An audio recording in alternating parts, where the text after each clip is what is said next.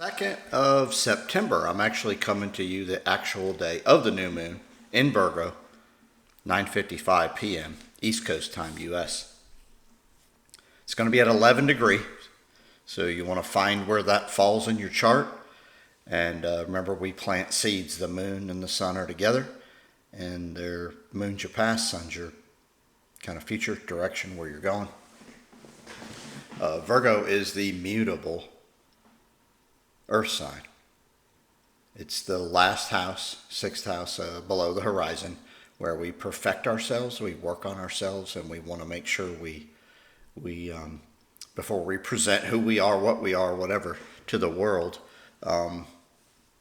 we do as much and from where we're at and what we understand as we can to present hopefully the best that we can to the world. And saying all that, when you find Virgo, if you have any natal planets there, this will be a pretty interesting time. We have two conjunctions, the sun and moon, of course, at 11 degrees of Virgo. Find where that is. Find how you see, what you see, and then expose that which you are. The key here, what I'm finding is we cyclically, as a human race and as individuals, we fall into the times or the issues that are occurring around us, and then we may get swayed a little too much or way too much in that, or maybe we go to hide from that. I've read some and listened to some very interesting topics, and the culture, right, and the scripture that we deal with, we're dealing with on like steroids right now. So that which you like get drawn to, you've done it through your whole life. It depends on how long you've been here. You're being pulled and pushed, and you're falling for the trends, so to speak. I'm hoping this moon can get you out of that and more into who you are, what you have to work on, like I've been talking about, because some key successes can happen here as you try to plant those seeds to grow then that which you think you can become. Now, I have a weird, Virgo for me is in the 7th house, so it's the beginning of fall. So, what I'm going to do, and then hopefully you guys can take this and find where it is in your chart. I am going to plant the seeds or really assess that which I've been drawn to, why I've been drawn to it, that which I think, why I think it, that which I feel, why I feel it, through others, with others, and get out of just the physical plane, get into the, why do I feel this? Why do I believe this? Why did that draw me? What energetically is it that draws me? It might not be the physical side, or the physical side may have been the draw, and then as I look throughout my life, it isn't the draw as I get to know it, right? And so look at those things. Think of, all right, maybe the physicality brought me to something, and maybe the lessons keep occurring. Look at why you do that stuff. Why do you repeat? What is it that you're missing, or what is it that maybe you see it all along, but the draw has been so powerful, you just can't shake it. If you get in the middle, pace yourself, you'll start to understand that. The other conjunction was Venus with the South Node, and the reason I'm talking about the repetition is because the South Node in astrology, and this is pretty tight, is in Libra, and Venus is 1 degree off from that, and so I'm telling you, you'll be able to see that maybe you miss the most obvious things, like maybe the physicalness of something, somebody, mattered more than maybe the energetic side. Maybe you're going to see that and really pick up on that, and then truly get after all that was best for you, or all the lessons that were needed. Take this Venus with the South Node and catapult yourself, because it's not about things. It's just this world. If you're doing that, you're in trouble. The oppositions, there were 2 of them. Saturn is, there's 3 of them. Saturn is opposing the sun and moon. Saturn rules kind of why you came back to the physical plane, good and bad, but mostly what you can work on or what you need to work on from a perspective of it's not just going to be handed to you. Of course, the sun and the moon is in Virgo, and so you're trying to perfect. So what I'd really look at is how have you been fooled? What have you been fooled with? What has gone on in your life that you maybe have to work way harder than most? Why aren't things easy? What is it about the structure and the layout that you brought and you operate with keeps you from having the ease? I think the universe wants us all to have everything we deserve. Maybe we abused it in the past. This Saturn opposing the sun moon, maybe you can plant seeds to look at just how you go about things, and maybe I'd say pretty much most likely, how have you undermined yourself, or who have you brought into your life to help you undermine you? Do you value you? Do you value the qualities that you have that deserve to be noticed or deserve to be appreciated? I don't know. You got to look at that yourself. I'd say with this opposition, a huge opportunity for that. Neptune is also opposing Venus, and those are the two octaves of love. Venus is more on the sensual, appealing side, as it rules Libra, and it rules Taurus, the first of the earth signs, and then Neptune rules Pisces, which is the universe. The universe, how it works energetically through love, which I think matters in the end. I know I don't sound very, when I say love, I know it don't sound very appealing because I sound like a coach, like some people call me, but it's the thing that matters most. It's putting that energy into something that you just know it's wonderful, and you know what it feels like, you know what it is. These two opposing, take those rose-colored glasses off and try to lose the deception. I'm going to talk a lot about deception here as Pluto went back into Capricorn, and it's showing us just how this physical structure is put in place. It's its final run. Get out of there in November, and it's our chance here to go, I see how this, I said culture, and I said, this structure, so to speak. You see how this has been put together to take and use your qualities. But in the end, you actually applied them. You were the chooser of if you were going to put those energies in there. And if something else takes advantage of it, that's on you. That's your problem, right? This goes all the way to illnesses. That you're going to see that a lot of these illnesses are self-inflicted by choices that we make throughout our lives that cause us to get these illnesses. Is all that is. I really don't think, this is my opinion, I'm not saying there's no illnesses, but I really think that it's through our choices and through the accumulation of the choices, the repetitiveness where we stop and fail to look and just stop and go, wait a minute, I deserve, others deserve, and use that balancing act in those two realms to where things should be way easier than they are. But we're here because we complicated it. How can we fix it?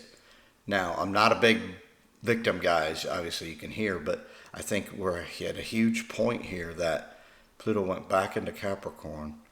All four of the slowest moving planets are going retrograde: Saturn, Uranus, Neptune, and Pluto. That I really believe, because they're retrograde, we can uncover things, right?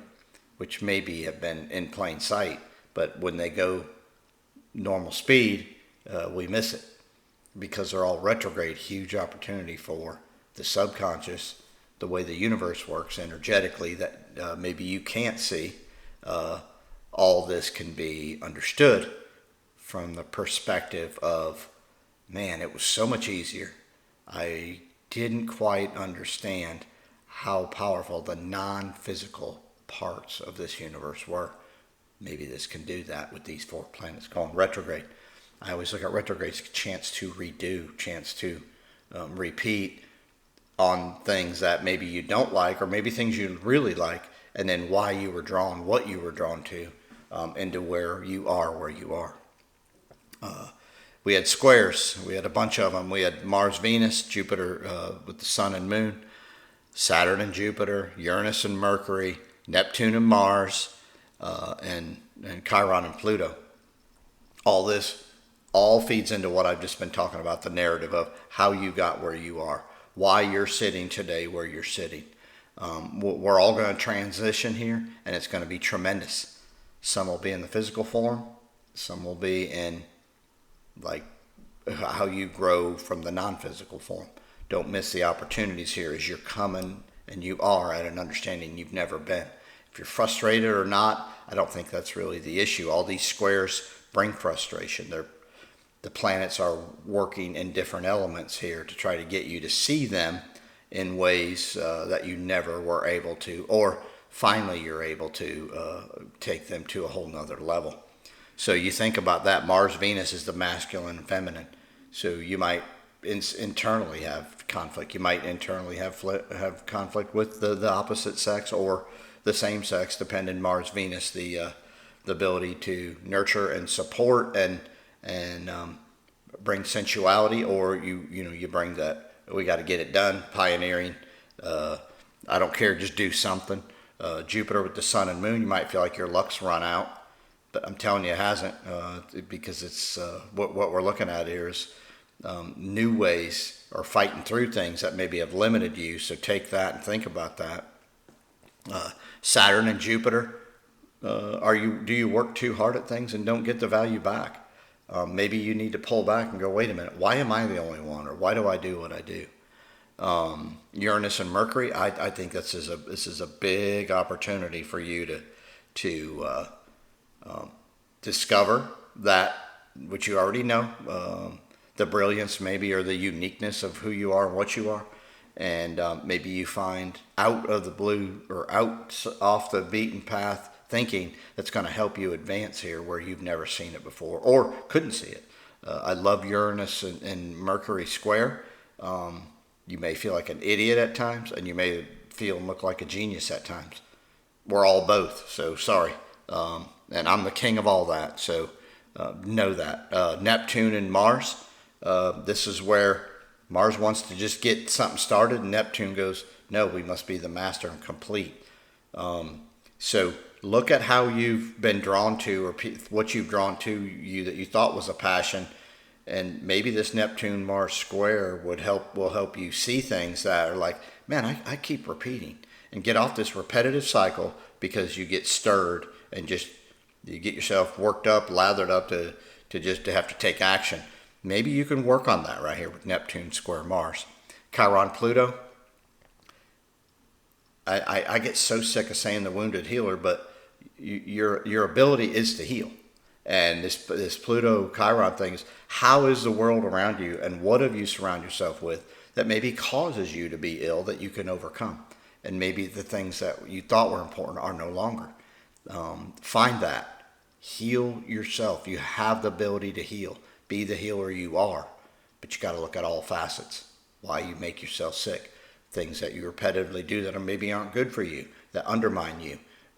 Look at all that and know, because Pluto's the soul, that get off this merry-go-round at maybe many lifetimes that you've had to ride this ride, that you can finally get off. Huge opportunity for that.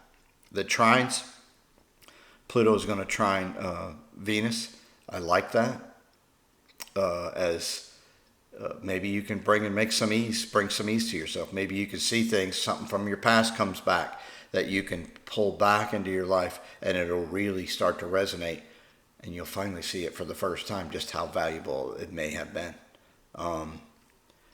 Uranus is also going to be trine Pluto, and so I think the insight, the genius, the like miraculous side of the trine here can be extremely beneficial. Again, you'll see things again for the first time. Chiron and Mercury will be trine as well, and I think that's again going to help you in this ability to move yourself to a place that will get out of that sickness or illness, or maybe you can heal, find something that will heal you that maybe was right in front of you all along, or just some insight will happen and you'll do a little research and find it. So don't miss those opportunities. Virgo, I want to remind you that Virgo is a mutable earth sign. So it's about being the master of the physical plane. Be very observant here. Be very observant of you, what you've done. We want to be perfect here with Virgo, and I want to remind you that I don't want that quality to ever leave any of us or not exist, but sometimes that quality is our biggest own detriment. So hopefully you can like observe, be the master, look at what you do, how it affects your environment, what others do, how it affects your environment, and really become the master here and plant those seeds. As we're in late summer when we're supposed to be where our plant is supposed to have been full grown and the fruit is obvious, and now we're trying to figure out how to get the value for that, heading from Virgo into Libra in the fall, when you start to expose that which you have created, and then you want to share that. So because it's a new moon here, find those things that you really want to be, always wanted to be. Don't push anything aside. Don't minimize anything. Don't feel you're less than here. We can tend to do that to ourselves and become our own worst detriment. Those of you that are Virgos know I talk about that analysis paralysis. You maybe overthink, oversee, but I think this is going to be a huge opportunity with where everything is for you to really, really, really finally see things for as they can be seen. And I don't care your age. I'm a little older, so maybe I'm seeing them in a different phase than most of you, but I don't care what your age is. This is a huge opportunity to awaken and really find that which you are. And I'm watching people around me do that, whether they're doing things and failing or doing things and succeeding. I think huge opportunities are coming. Take the opportunity here to clearly see you, own you, and there's no excuses you have to make. Maybe you're not good at stuff. Good, you're not good at it. That's okay. Can you get better? I'm sure you can. Maybe you can find others that are good at those things to where you can bring something that you are good at to help them, and they can help you with what they're good at. That's what the whole deal is here when we get to this planet. You've got to deal with, yes, who you are and work on that and keep the growth, but you also got to deal with others, and you've got to allow them in, let them enter. The Virgo is where we really must perfect ourselves so we can find the best possible partners, the best possible energies to connect with, not just on the physical plane. We've been fooled that you got to look a certain way, you have to have money, you have to own, couldn't be further from the truth. I'm hoping this helps you get to a deeper perspective of the energy side is way more valuable than any dollar, any physical trait that can be had. Physical traits fleeting. The energetic fate is fleeting. Energetic powers can be fleeting if you abuse them or if you don't find and truly value them. So I hope you're able to do that. And I hope this new moon takes you somewhere good. It's with my Pluto and Uranus exactly conjunct. So I'm really trying to catapult here. I know I'm all over the place, but I knew this was going to happen. I want it to be. Enjoy this new moon today. Please get after it. Find 11 degrees Virgo and plant those seeds. You're going to need them as this thing continues to unfold. It's going to get hectic for the ones that haven't been doing the work and make more sense for the ones that have. I don't think there's anybody in the middle anymore. I hope you get after it. I know things are chaotic everywhere. It's all in order. It's all in order. Good luck. Comment, and this is going to take you. You'll look back to now, this whole summer into now, that wow, this thing's really revealing itself. Are you looking? Are you seeking? Are you changing? Because if it's in the outside world, it's within you. Good luck.